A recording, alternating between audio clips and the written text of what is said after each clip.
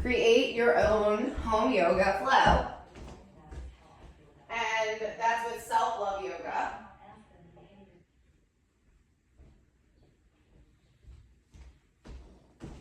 And the difference between self-love yoga and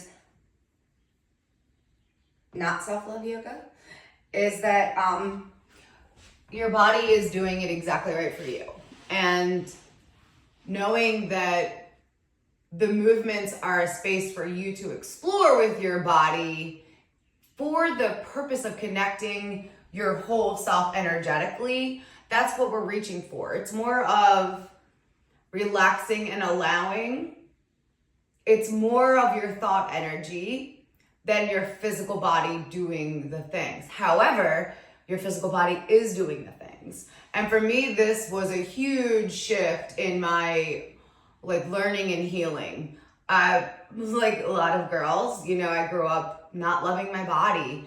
And I even failed gym because I refused to move my body in front of others. I refused to wear the uniform. And I just felt like I would rather disappear and die instead. So I actually had to take Saturday school for gym. I almost didn't graduate from high school for gym. And it was because of how uncomfortable I was in my body all the time. And gym just felt like my greatest hell come true. It's like, why?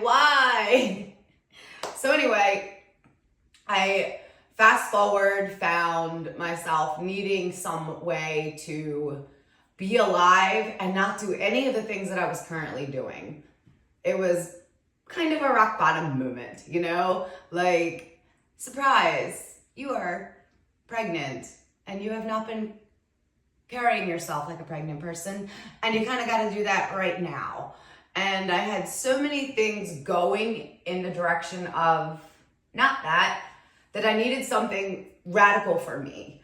Radical for me was involving my body. It was trusting that I could go in a room and move my body and not die. And I know that people don't die when they go to yoga, but it felt like I was gonna die, just the idea. It was super lucky that one of my daycare clients was also a yoga teacher, and she had actually worked with someone not even a block away from my home. So I asked her, I said, what do you think about me going to this space? Do you think I would be okay?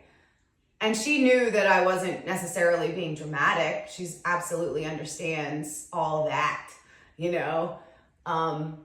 And she said, no, you would be well loved. You would be cared for. And she was right. I went the first time and the movements were very subtle. It was prenatal yoga for learners, beginners. And I cried and I didn't know why. And I didn't know why. All I could feel was like, oh my God, I gotta come back. And it became this place that I was obsessed with being, because when I was in there, I could just unravel. And for whatever reason, nobody in the classroom even noticed that I was crying. And sometimes felt like I was dying, but nobody even noticed. I was just safe to come in that room, to come undone. And each time I did, I just felt a little bit better. It was the weirdest thing, but I was hooked. And so that's where it all began for me.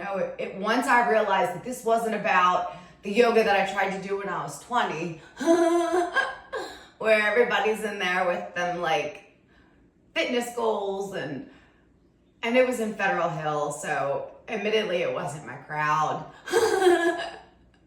If you know, you know. So it was very different. There was nothing about, you can do it. There was no motivation to burn. It was invitation to turn in. And that was different. And that's where all that spilling came from, just going to the class and then realizing that I had to teach myself. I needed this more than once a week. I needed more than an hour once a week. I needed this all the time. And I had 2 kids and one on the way, and I was doing home daycare. I had like 6 or 8 regular children. And I would teach myself yoga and also do daycare and also heal for those next few months. And it was the coolest shit I had ever done. It was starting to help everything, you know, especially my parenting. I wasn't yelling as much. I wasn't feeling as betrayed. I wasn't feeling as stuck. I just felt softer. And so that's why this is that, you know, and coincidentally, I also feel like it has done wonderful things for my body. I never asked it to, though. I never asked it to, and I thank it every day for it. It's one of those things, like, you don't do it for that, but once it happens, you're like, oh my gosh, bless you. And then I was taught the sort of science behind how that was facilitated, and then that became body manifesting and helping others heal that way. So this has just been one overflowing, continuously giving to me, to this practice, to me, to the people I share it with, and on and on and on. So this week we're going to do 3 poses like we've been doing. We'll do butterfly, extended leg twist, one at a time, and then bridge pose. I love these 3 for this full moon. This is a Scorpio full moon. It's watery and emotional, it's shadowy, and I love that all the time, without even thinking, this sort of always sort of wraps itself together. And so when I think about butterfly pose, which is where we'll start bringing our feet together, the soles of our feet. And you're just gonna line them up to mirror, like toes to toes, heels to heels. And your diamond in between, it doesn't matter how big or small, be comfortable there. If it feels like there's strain behind the knees, maybe grab a pillow or make that space shift. And also lean forward. Lean to the sides. Lift your bum away so that you're actually on the mat and not on top of your meat. I remember when I first started talking about this, and it would feel like a penguin, like ba ba ba ba babble. And it's funny, like learning mountain pose, and that you're supposed to, not the right word, that the idea is that you engage big toes and shins and your pelvis as you're doing mountain pose, and then fingers reaching. Once I learned all that was supposed to be happening, mountain pose came to life. But before, I just stand there like, okay, I'm a mountain. So that's why I like to remind, press into your big toes, lean forward, lean back, get the seat on the mat, sit up nice and tall.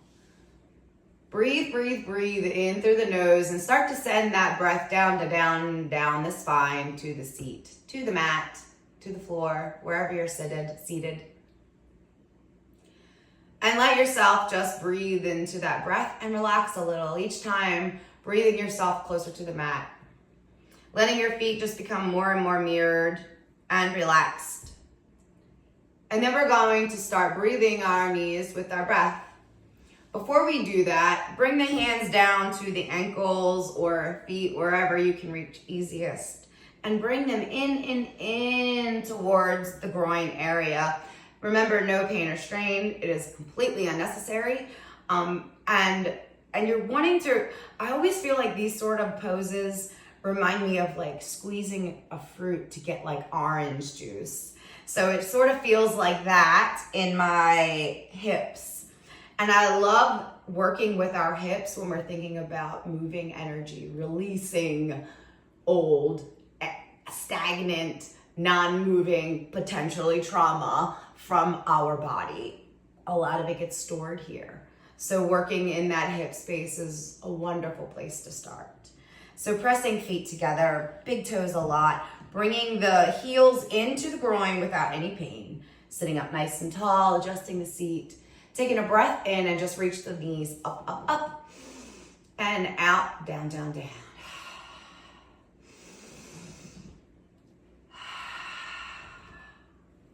As you're breathing, keep pressing your big toes together a lot. That keeps these muscles in the tracks of your legs fired up, and you're actually strengthening them besides just looking pretty and bouncing your legs up and down. Either are fine, but as you play with your practice, you'll find that these tiny, intricate movements make such a big difference. Maybe as you breathe your knees, you can find a little bit more reaching in. And I always like to be rocking and rolling and wiggling and breathing my body no matter what pose it is. So as I do that, I lean in, breathing my knees up, lean out, just sort of rocking my body back and forth as I let this now just become a more dynamic movement. Again, you do what feels good in your body. And then we're just gonna find stillness one more time and sit up nice and tall. Inhale and exhale out of the mouth. I can hear the rain behind me. I wish I could project that audio.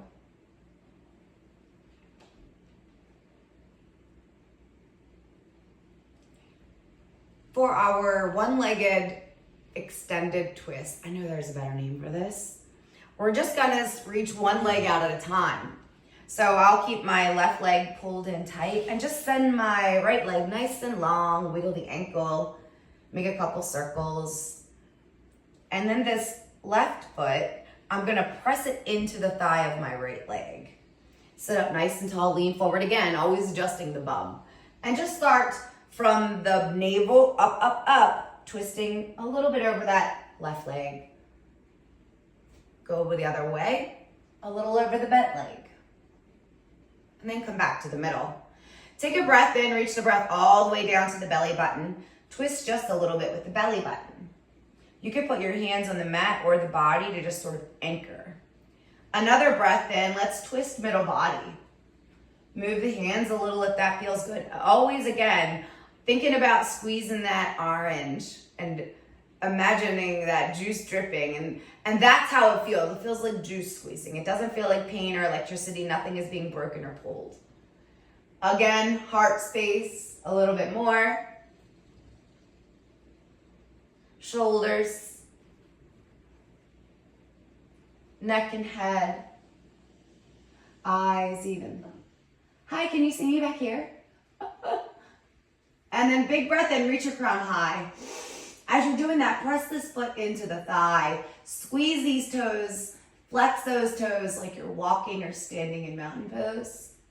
And then come undone from the navel first. Belly button, middle, heart, shoulders, neck. Oh yes, all the way over the other side. Sort of like bringing out the wash rag. And then come back to the middle. And then we're gonna switch legs. So send that left leg long, bring the right one in and into the thigh. Pressing, pressing. This leg nice and long, foot extended so my toes are like spread. That again, activating the track in my leg. No, none of you foot creeps. Pause the foot creeps. Sorry, you're not creeps. I will not kink shame you. I love you. Just don't want to do that right now. So sitting up nice and tall, right foot pressing into that thigh. Lean forward, lean back, nice and close to the mat. Belly button first, a little bit over that left leg.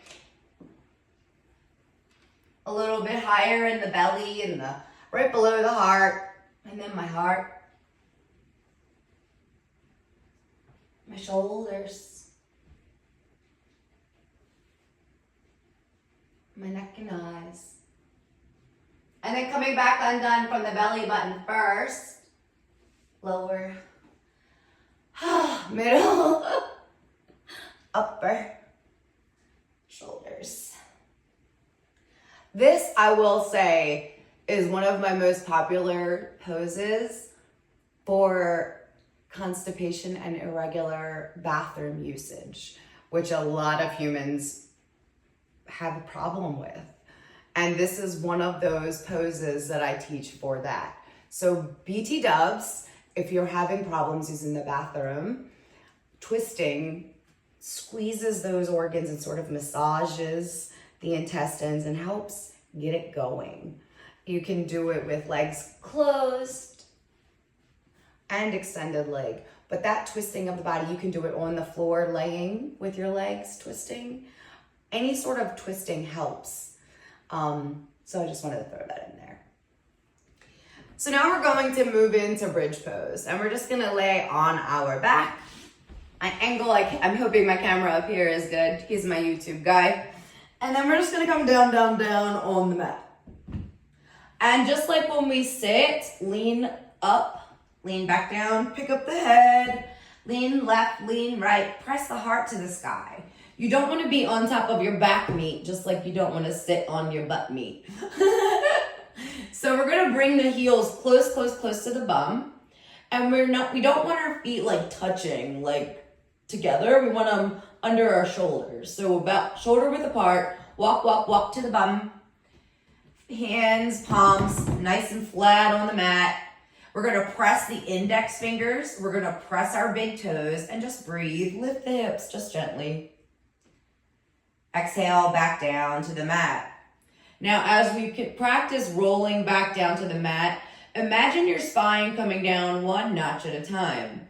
And as you're able to lift a little higher, you'll even be able to feel those increments sort of ironing out on the mat as you come back down. So that's the play that you're feeling for here. Hands on the mat, palms face down, pressing the big toes. Inhale with the breath, lift the hips. You might want to bring your hands under the bum and even press, press, press high. You can reach up on tiptoes and even walk your feet back. And then letting it come down, down, down to the mat, one notch at a time. I always like to swish my legs left and right. Feels just like that. Inhale, palms press. Feet, feet, feet close to the bum. Big toes press a lot. Hips lift. Pressing, pressing, reaching my hips high, high, high to the sky. Inhale and exhale out of the mouth of the sigh. And then down, down, down to the mat. One notch at a time. Hips left and right. Walking the feet back a little more. Palms pressing down. Inhale, lift the hips. This time, try to breathe your arms up, up, up, up, up over your head. Lift, lift, lift the hips high as you can and hold that for a moment.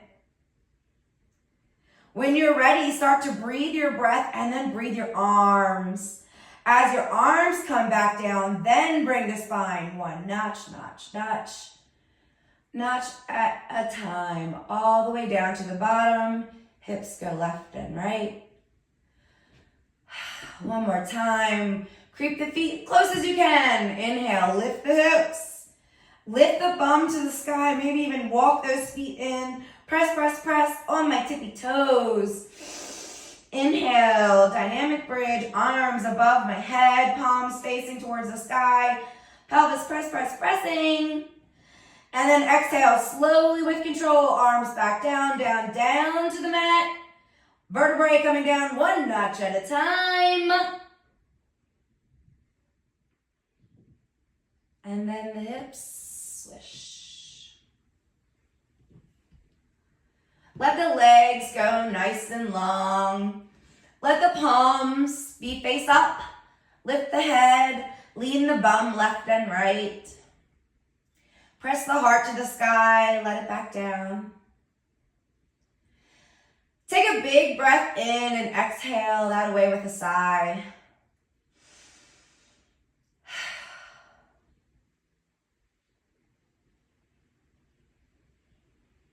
Be in your body and just feel.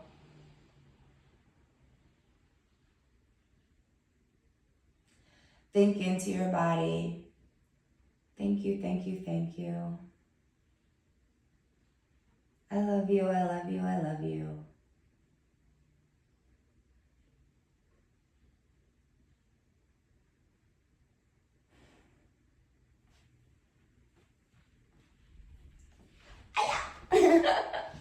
All right. Thank you for joining me and sharing and hopefully practicing. The idea with this for me is that we find a few minutes every day to just stretch and move our body. A couple minutes in the morning, you can do this in bed. In the evening, again in bed or wherever you are on the couch. You can do things in the kitchen, making dinner. All day long, you can be practicing tiny, what's the word? Intentional moments that are just focused on radiating self, loving self, healing self, bringing self to self, just alignment. And that starts to ripple in all sorts of happy accidents. You don't even have to ask. You really don't. You could, but you don't even have to ask. All right, guys, I will see you next week. And probably tomorrow, and probably later, because there's always other things that I'm doing and talking about too. Yoga just happens to be one of my favorite ones. Just like yoga, just like magic. Tonight we're doing